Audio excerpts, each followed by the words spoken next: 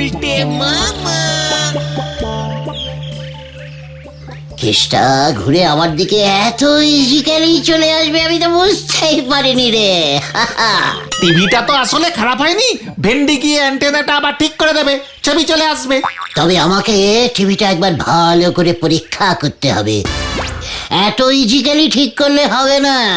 হ্যাঁ, তবে তুমি তোমার সঙ্গে হাতুড়ি পাতালি নিলে কেন গুলটে মামা? কে রে পাচু, টিভি মেকানিস্টের কাছে যন্ত্রপাতি থাকবে না? তা বলে হাতুড়ি? চুপচাপ চেপে যা, এই গুলটে কাশ লিখে এবারে দেখ।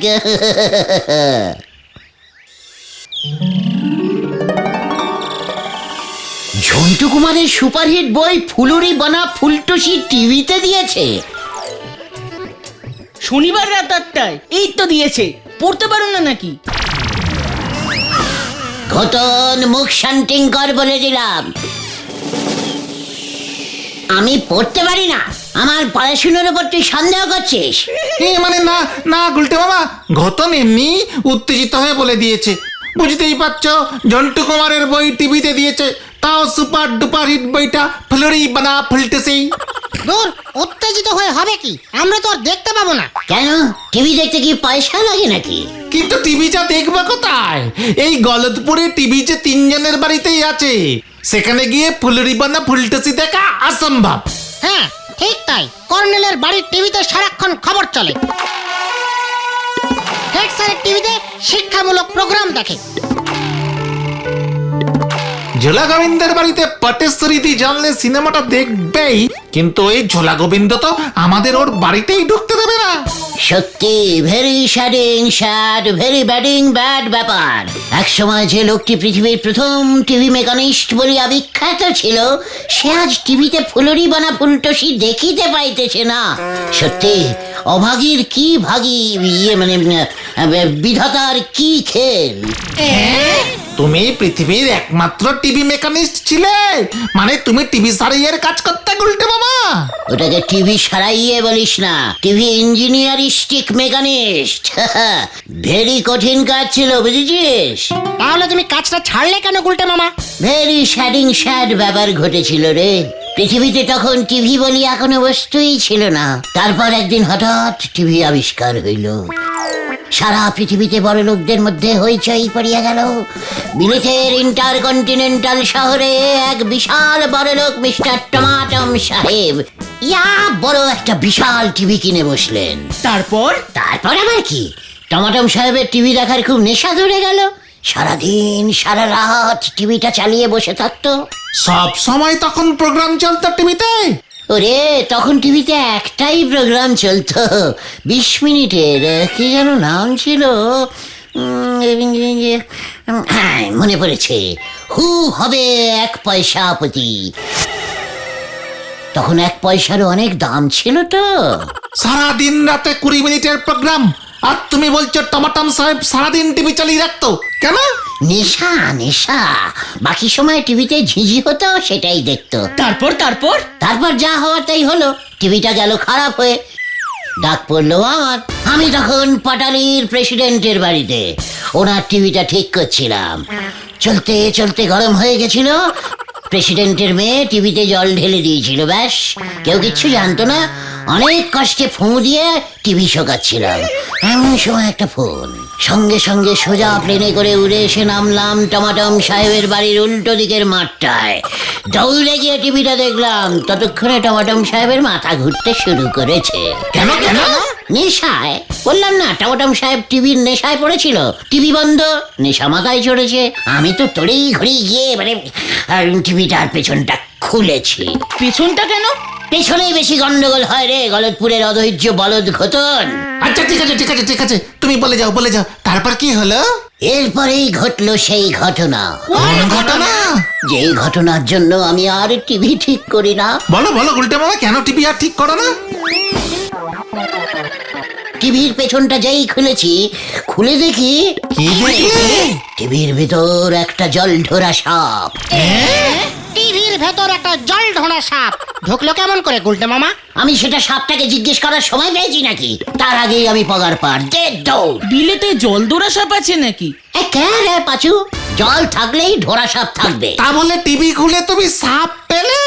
বললাম তো সারাদিনে 20 মিনিটের মতন প্রোগ্রাম চলতো, বাকি সময়টা টিভিতে কিচ্ছু হতো না, এমনি এমনিই চলতো। তাই বোধহয় সাপটা ঢুকে শরীরটা একটু গরম করছিল। বিলিতে যা শীত। জয় গুলটে মামা কি! আর সেই ভয়ে তুমি টিভি মেকানিক্সের কাজ করা ছেড়ে দিলে? না, জানিস তো আমি জীবনে 15-16টা বাঘের সঙ্গে লড়েছি, কিন্তু সাপকে আমি একটু সমঝে চলি। কি দরকার? ভাগ্যিস জল ঢোরা ছিল, অ্যানাকন্ডার বাচ্চা হলে কি হতো ভাবতে পারছিস? জীবনের ঝুঁকি নিয়ে এই কাজ করা মোটেই উচিত নয়। না না, একেবারেই না। সবই তো বুঝলাম, কিন্তু এই শনিবার কি ফুলুরি বোনা ফুলটুসি কি আমরা দেখতে পারবো না? আলেবাত দেখবো। কিভাবে?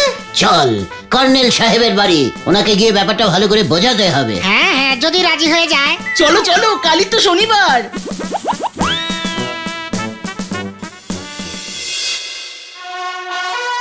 What?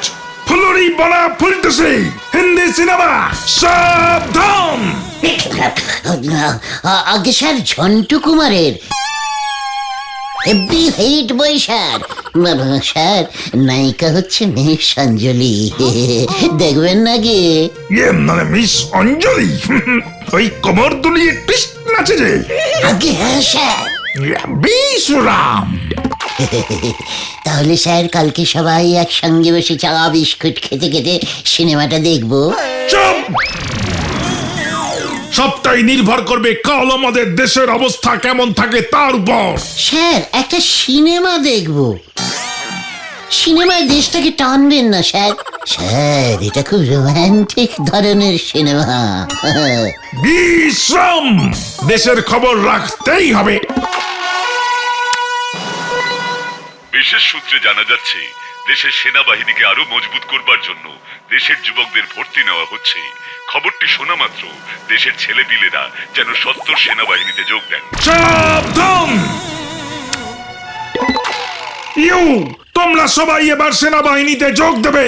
চলো বাইরে, এখনই প্যারেড স্টার্ট করো। কি সিনেমা দেখতে এসে সব কি হচ্ছে? সেনাবাহিনী না স্যার, আমরা সিনেমা দেখবো।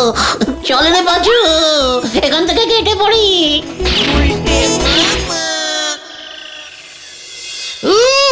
জোর বাঁচা বেঁচে গেছি। কাল যদি কর্নেলের বাড়িতে সিনেমা দেখতে যাই তাহলে হয়তো আমাদের যুদ্ধেই পাঠিয়ে দেবে।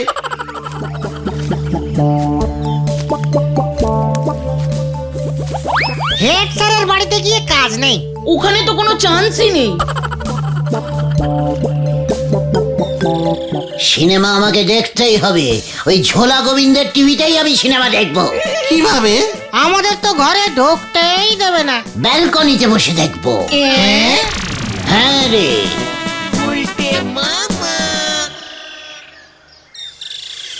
গুড়ের ব্যবসা যারা করেন তারা সাবধানে থাকুন, বড় কোনো ক্ষতির আশঙ্কা রয়েছে। ইহা হইল জ্যোতিষ রত্ন ভুজঙ্গলালের মহা ভবিষ্যৎবাণী। এ কি? আবার কি ক্ষতি হবে আমার? মানে কথা, আমি তো গুড়ের ব্যবসা করি। এছাড়াও মঙ্গলবারে যদি কোনো মঙ্গল করা যায় তাহা হইলে হয়তো ক্ষতির পরিমাণ কিছুটা কমিতে পারে। মানে শনিবারে কোনো হিন্দি সিনেমা দেখিলেও ভালো হইবে। এ কি? মানে কথা, তোরা বিনা পয়সায় টিভি দেখছিস? জানিস টিভিটার দাম কত? ক্ষতি তো এখন থেকেই শুরু হয়ে গেল দেখছি। যা! দেখলে দেখলে ঝোলা গোবিন্দের কাণ্ডটা? এত বড় অপমান সহ্য করা যাচ্ছে না গুলটে মামা।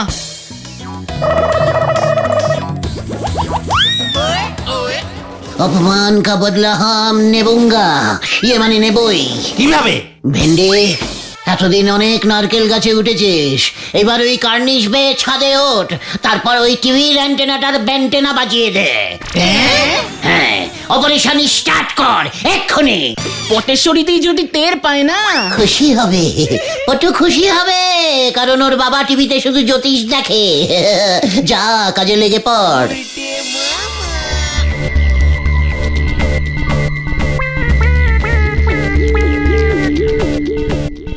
আরো আরো কাজ করে দে, আরো কাজ করে দে, আরো আরো চাইনিজ প্রোগ্রাম আসবে ভারত টিভিতে।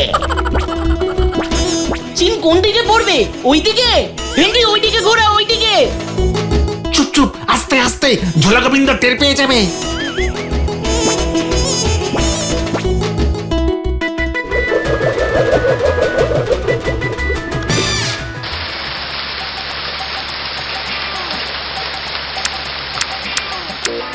একই মানে কথা, টিভিটার আবার কি হলো?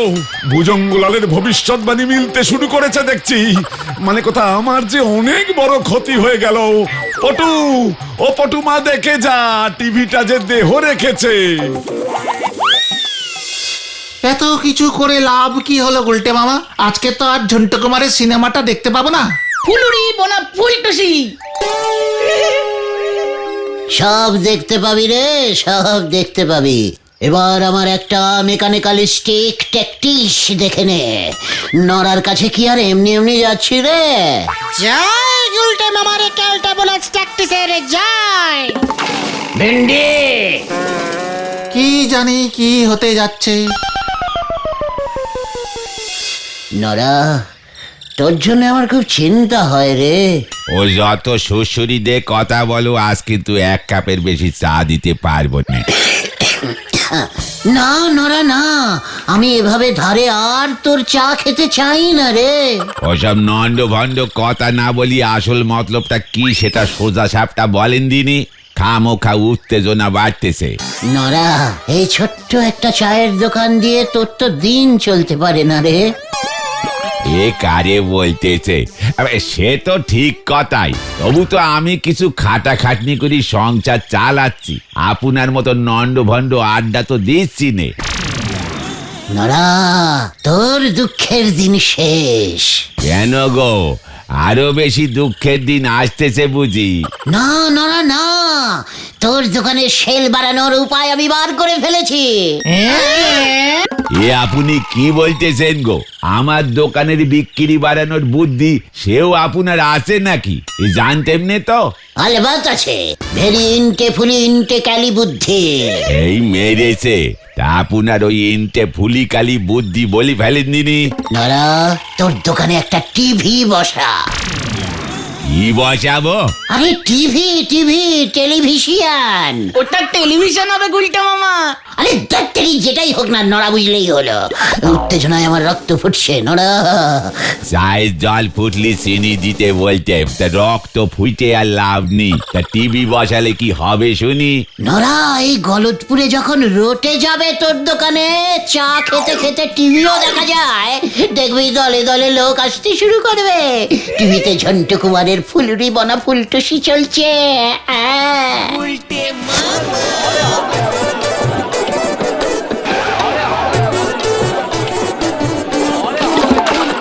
ও নরাদা, নরাদা, হ্যাঁ, এই বুদ্ধিটা তো জবর বাতলেছেন।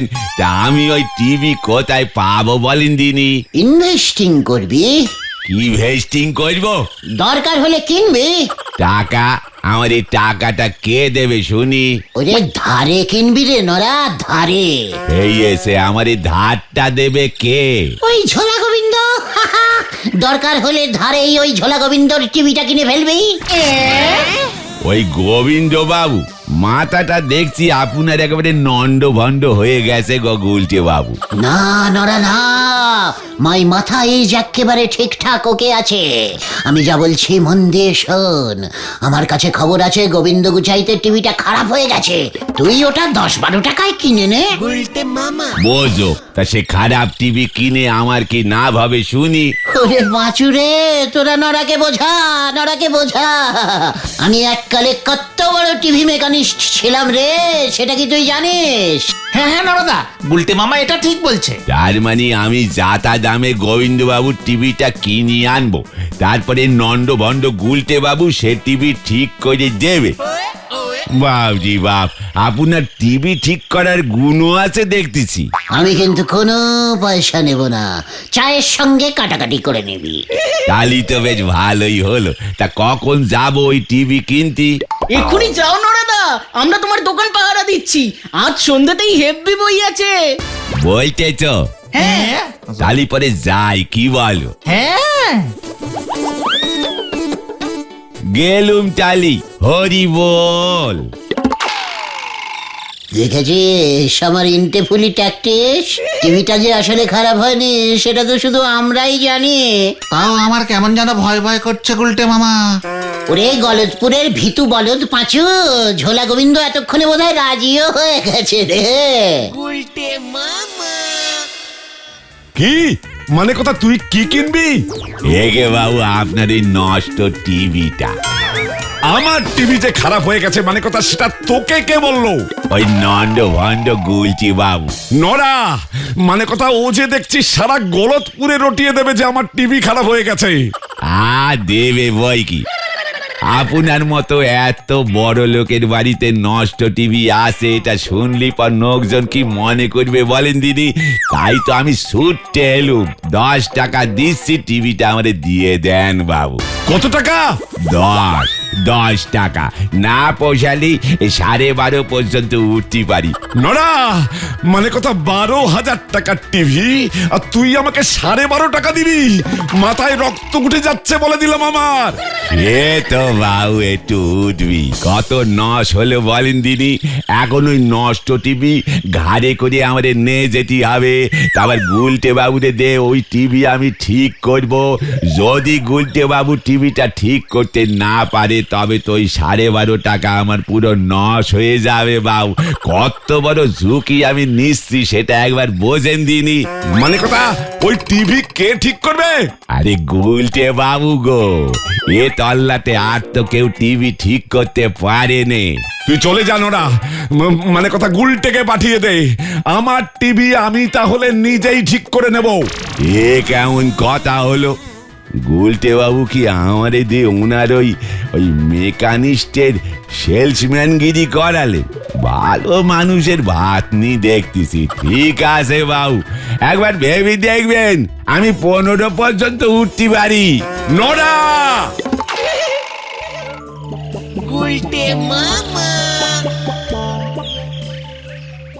কেসটা ঘুরে আমার দিকে এত ইজিক্যালি চলে আসবে আমি তো বুঝতেই পারিনি রে।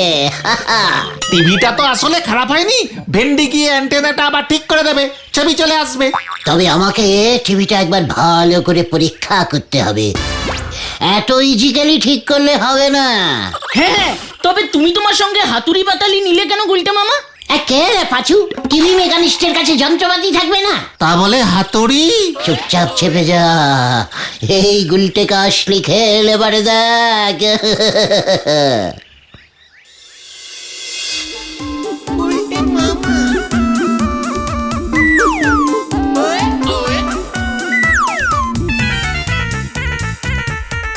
এই মানে কথা টিভির চারপাশেও গোল গোল করে ঘুরছে কেন? গভীর পর্যবেক্ষণ করছে। ধরে ফেলেছি ঝোলা গো, মানে গোবিন্দ বাবু, আপনার টিভির অ্যান্টেনাটা খারাপ। হ্যাঁ, মানে কথা দেখলি তো টিভি, টিভি দেখেই বুঝে গেলি মানে কথা আমার ছাদের অ্যান্টেনা খারাপ? টিভির সঙ্গে অ্যান্টেনার ভেরি ইন্টারকন্টিনেন্টালি কানেকশন আছে। আমি ধরুন গিয়ে আপনার সঙ্গে যেমন এই ঝোলাগুড়ের। মানে ঠিক আছে, মানে কথা যা করার তাড়াতাড়ি কর। পটেশ্বরী এসে যেন দেখে টিভি ঠিক হয়ে গেছে, নয়তো আমার সঙ্গে তোদেরও বিপদ আছে। ভেন্ডি যা তো, অ্যান্টেনাটা যে অবস্থায় ছিল ঠিক সেই রকম করে দিয়ে আয় গিয়ে। কি ও কি করে জানলো? আমার সঙ্গে থেকে থেকে আমি টিভি ঠিক করি, ও অ্যান্টেনা। এই যা যা তাড়াতাড়ি ওর তো দেখি ছাদে। এই তো, এই যাচ্ছি। মেসমশাই বলছিলেন যে পটু কোথায়? হরির হোটেলে মটন রোল খেতে গেছে, মানে কথা এসে নাকি আবার সিনেমা দেখবে। ফুলুরি বনা ফুলটুসি, আমরাও দেখবো। কি? চুপ কর ঘোদন, ছোটরা হিন্দি সিনেমা দেখে না। আমি অ্যান্টেনা ঠিক করে দিয়েছি, এবার টিভি চলবে। ভেরি টেকনিফুলি মেকানিস্ট তো আমি, দেখবেন একদম টিভি ঠিক হয়ে গেছে।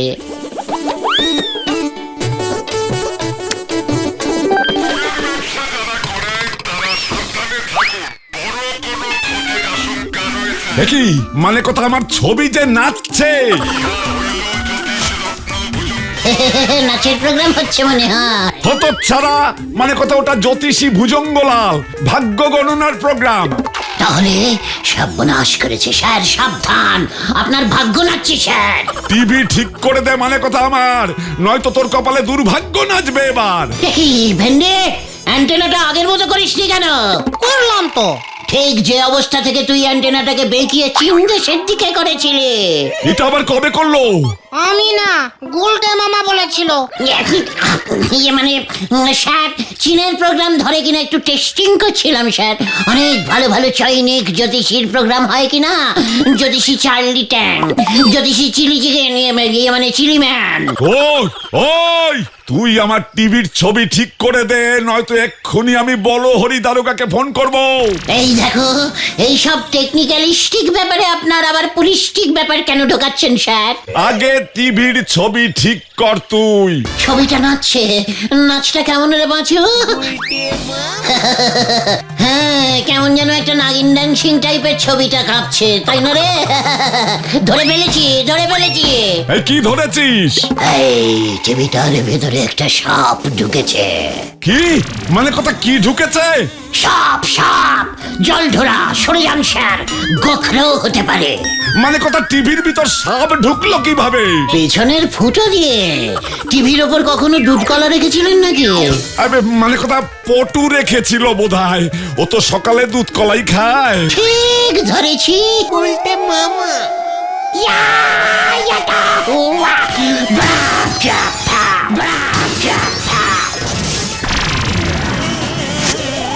সাপটা কোথায় গেল?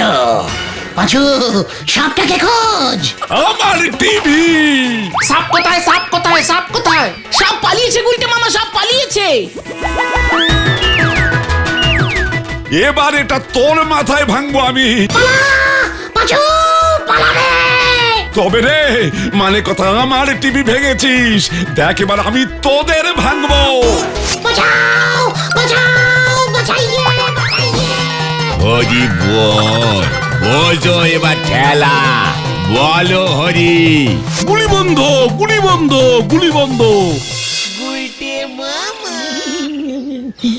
কি দরকার ছিল ঝোলা গোবিন্দর টিভি ঠিক করতে যাওয়ার? আরে ভেন্ডিটাই তো খুব লেট করলো, অ্যান্টেনাটা ঠিক মতো ফিট করতে পারলো না। সর্বনাশ হয়েছে, সর্বনাশ হয়েছে। বাবা খবর এনেছে 50,000 টাকা ক্ষতিপূরণ দাবি করে গোবিন্দ বাবু নাকি তোমার নামে মামলা করবে। চিন্তা কি, তোর বাবা ওই চণ্ডী উকিল, এই মামলা লড়লে ঝোলা গোবিন্দ এমনিতেই হেরে যাবে। তারপর যদি গোবিন্দবাবু আবার তোমাকে বাড়ি থেকে উৎখাত করতে চলে আসে? উই বাবারে, ওকে বলবি জ্যোতিষী ভুজঙ্গলাল বলেছে আমাকে বাড়ি থেকে উৎখাত করলে ও নিজেই চিৎপাত হয়ে যাবে। জয় গুলটে মামা কি জয়।